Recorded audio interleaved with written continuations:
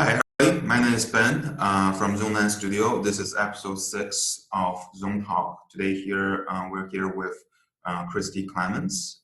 Kristi, can you tell us more about yourself? So I am a mom of three, um, awesome kids. I own a doula business with my partner, Jessica, and we have an amazing team of birth and postpartum doulas, and that keeps me pretty busy. And so can you tell us a little bit more, what does a doula do? Yeah, absolutely. So the best way to describe doulas, there is birth doulas and there's postpartum doulas. Okay. Birth doulas are sort of like the wedding planner for the birth of a baby. Mhm. So,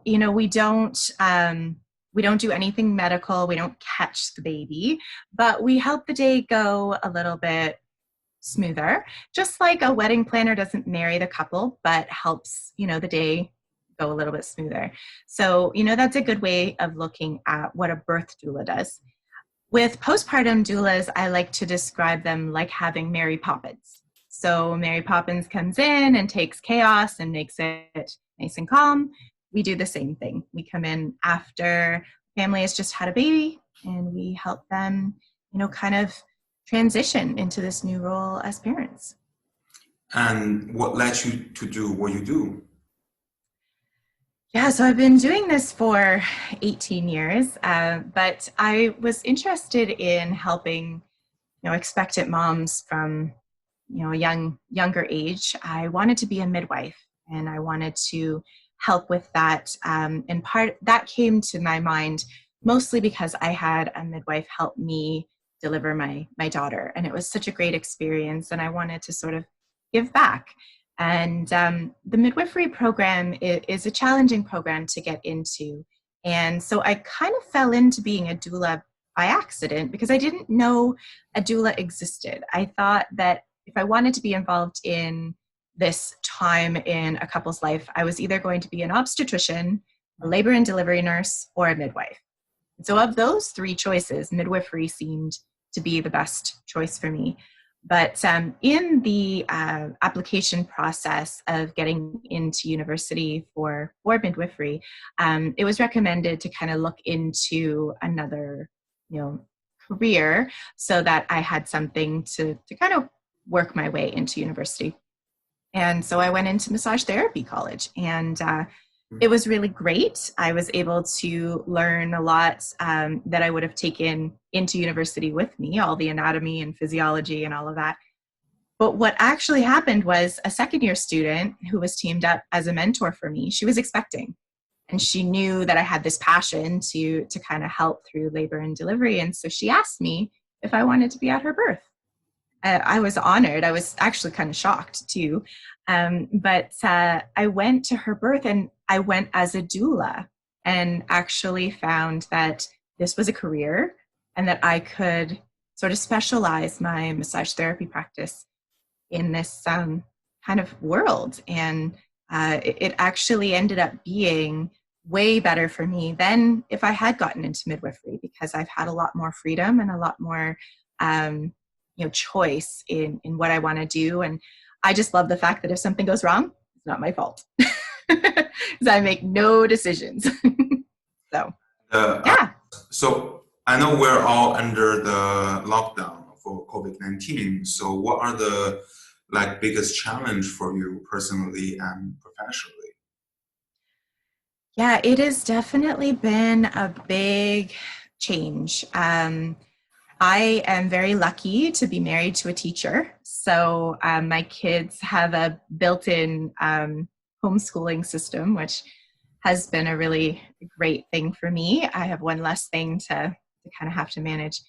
But I think that the biggest challenge has been going to our clients who had already booked us and hired us to support them through this process, and explaining to them that our support had to change, and that this vision of having their doula with them by their side physically wasn't going to be an option. And, at Helping Hands, like Jessica and I have very high expectations of ourselves, and we set the bar pretty high.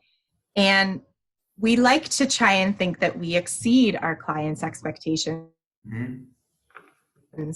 As much as possible. But I kept feeling like we were letting them down. And even though it's not something we could have controlled, and we know that our clients understand that, it was challenging to have those conversations, especially because this is such a stressful time for them already, right? Like, I think you're used to being there for the birth, and it is a social event in some sort, right? To be at a distance is a bit hard. yeah. And Yeah, and that was the biggest challenge, was just trying to open their mind to the fact that our support really didn't change. Like, everything that we would be doing can be provided virtually. But they needed to make that mental shift, and sort of basically we were just saying, give us a try. Like, just let us support you in the way that we can. And if you're unhappy, we'll deal with it later, but give it a try. And what's happened is people were almost forced to have this kind of support, because there was no other option, and have loved it. Like, it hasn't been what they thought. They thought, like, I'm not going to want to be on my phone during contractions, or, like, it's going to be an inconvenience or an irritation. But what they're finding is that calm, reassuring voice of their doula over the phone, with their eyes closed throughout a contraction, they don't know the difference, right? So, it's really just kind of opening people's minds to something that they are having a hard time visualizing. And then after the fact, they're just like, I'm so glad that we went forward and we didn't cancel our service. And now the challenge is with new people contacting us. They don't have a relationship with us yet. They don't have a commitment to us yet. And so now we have to sell something that is very different from what they think a doula might do. So 18 years ago, nobody knew what a doula was, and I had to help sell them on what this could do for them. And now I feel like I'm all back there again, like I'm starting fresh, and this is brand new in learning how to teach people that this is something they need. yeah, the new normal, I guess, is a lot of our small business need to learn to adapt. And I know that a lot of hospital has changed their birth rules. Can you tell us a little bit more about that? Yeah, so even before the essential services list, and even before things kind of got a little crazier for the rest of the city, the hospital policies changed quite early. Usually they were to support people. So even if it was to support people, depending on the hospital, they were pretty laid back about it, as long as nobody was getting in the way or causing them any stress. Mm-hmm. But what they did right away is they limited to one support person. So obviously that is going to be their partner. Yep. And so that meant that the doula was not going to be able to be there with them. So at first, when they weren't limiting in-person interaction, it was just, we couldn't be at the hospital. What we were offering was to spend time with them at home in early labor, and then they could go off to the hospital. And then that had to change as well. There's been kind of stages to the changes. It kind of changed a little bit, and then it changed even more. And now we're kind of at a stage where it's kind of like we've solidified what our support is.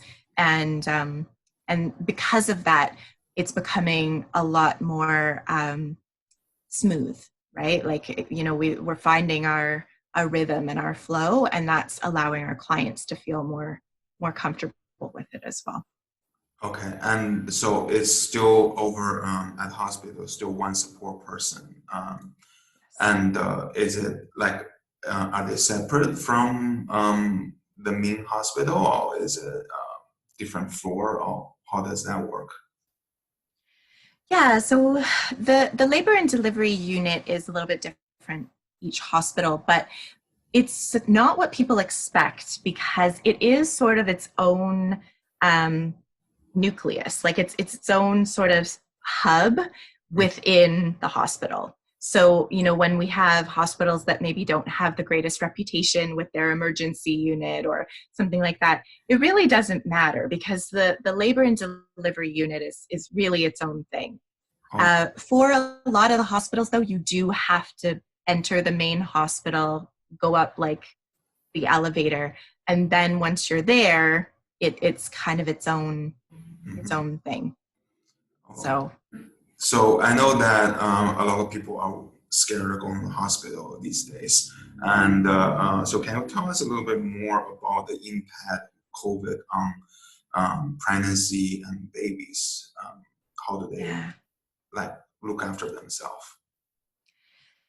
Yeah, so it's definitely a really tense time for everyone, really, but especially when you're bringing new life into the world. As a parent, your instinct is to protect, and so it's definitely a time that parents are on edge. There's a lot of changes. Like I know that right now there's one support person allowed, but there's talk that that might even change and that no support person will be there. And so one of the biggest fears of an expectant mother is having to go through labor Oh, alone. yeah. And that they have done it in other places. And then there's been such an uproar that they've reversed the decision. But, that's one of our biggest fears as well. And that's one of the things that we're telling our clients, that because we've had to support our clients a little bit at a distance over the last 6 weeks, we can help families if that were to happen involved, as best we can. Um, so that's definitely one of the challenges. Um, Obviously, staying healthy, like all of us want to make sure that we stay healthy, that we don't come in contact with the virus. So social isolation, social distancing is really kind of the biggest thing. A lot of our families are getting delivery service for a lot of their Should, groceries and Amazon. should baby be quarantined more, now going outside, no social visits, try to not have less contact with the outside world as much as possible?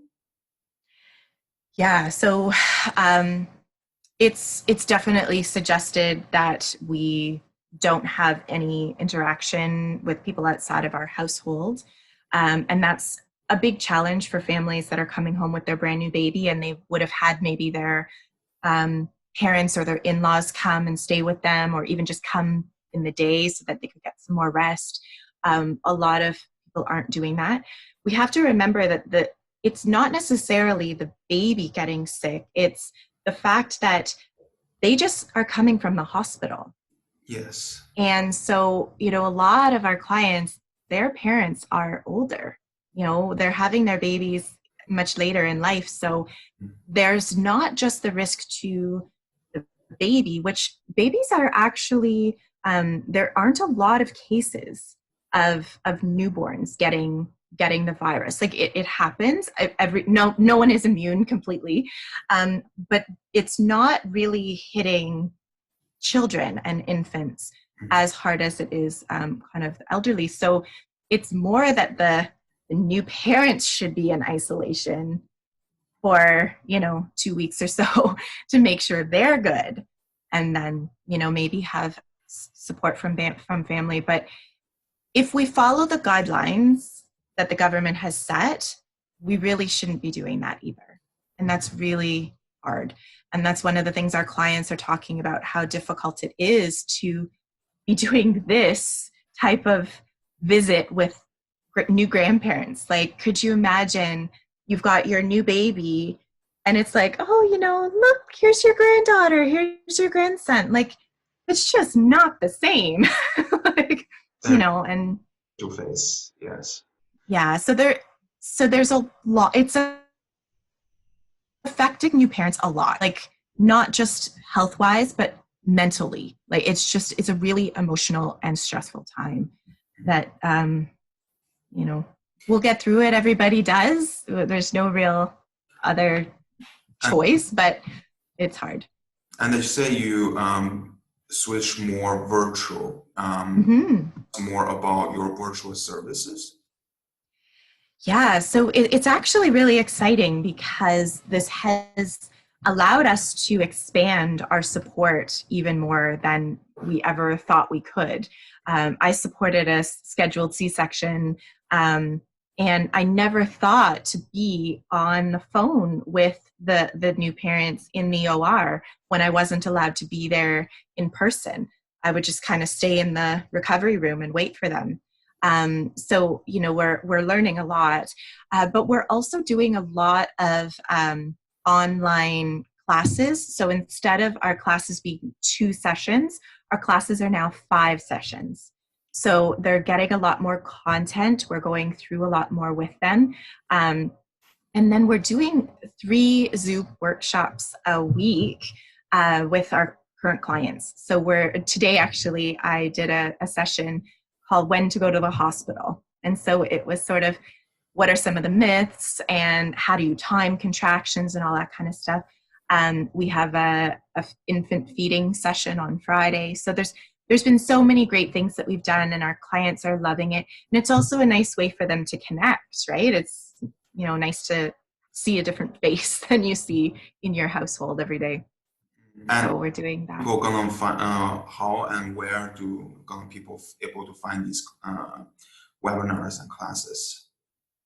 So we're currently updating our website right now. So the best thing is to contact us so we can sort of have a conversation and chat about what their individual needs are, and then we can customize support, because we're also offering virtual birth support. We have a group chat that we started with our birth clients, and we've always had that available to our clients. But now our clients are finding it even more valuable just to be able to reach out anytime with questions during their pregnancy, afterwards, and then obviously in their labor. And then we are offering a lactation consultant virtually, and our clients are really loving that. We're doing postpartum sessions virtually. So, I can show swaddling, I can walk them through a baby bath, burping positions, all that kind of stuff. And, one of the great things is that we're really having to get them to do it, right? Like, I can't take your baby and burp your baby for you. Mm-hmm. I have to walk you through doing it yourself. And so it's really actually giving parents some amazing tools that they can use. So it's definitely got its positives. So as a small business owner, as myself, I want to ask you, is there any advice, like the biggest mistake in business that other business owners will repeat? Yeah, I think one of the biggest mistakes that business owners are making right now is they're not changing. They're just kind of like, well, this is the way I provide my service, and I can't do it any other way. So I'm just gonna close up shop for now, and when life goes back to normal, we'll kind of pick up the pieces. Yeah. And that's actually happened in the doula world.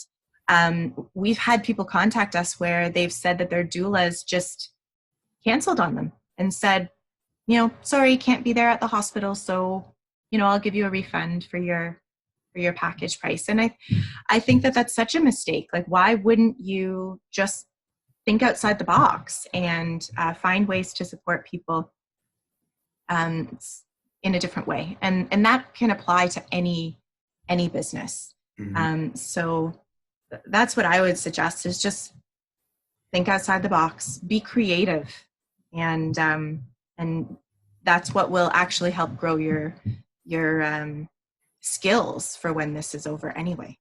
Yes, business need to adapt and to the situation, especially right now. And like I know you guys are keeping up with your online presence and social up to date, and let your client knows that you're still there and still operational, and that's excellent. Not a lot of business are doing that, and that's another purpose of doing a show like this is that telling clients that you're trying new things. Doesn't matter if it works or not, but you're learning and you're adapting. It's all about the learning experience. Right now, everybody is learning to do new things, right? And so I want to ask you about your team. So about your team a little bit more, since that it's not. I know there's only one doula per parent, but you have more than just one. We do, yes. So our birth doulas work in teams of 2, actually. So this is nice because a lot of people who are hiring a birth doula, they're like, well, what if my doula is busy when I go into labor? Like, what if they're sick or, they're not available? So having a relationship with 2 people is really nice for an expectant family.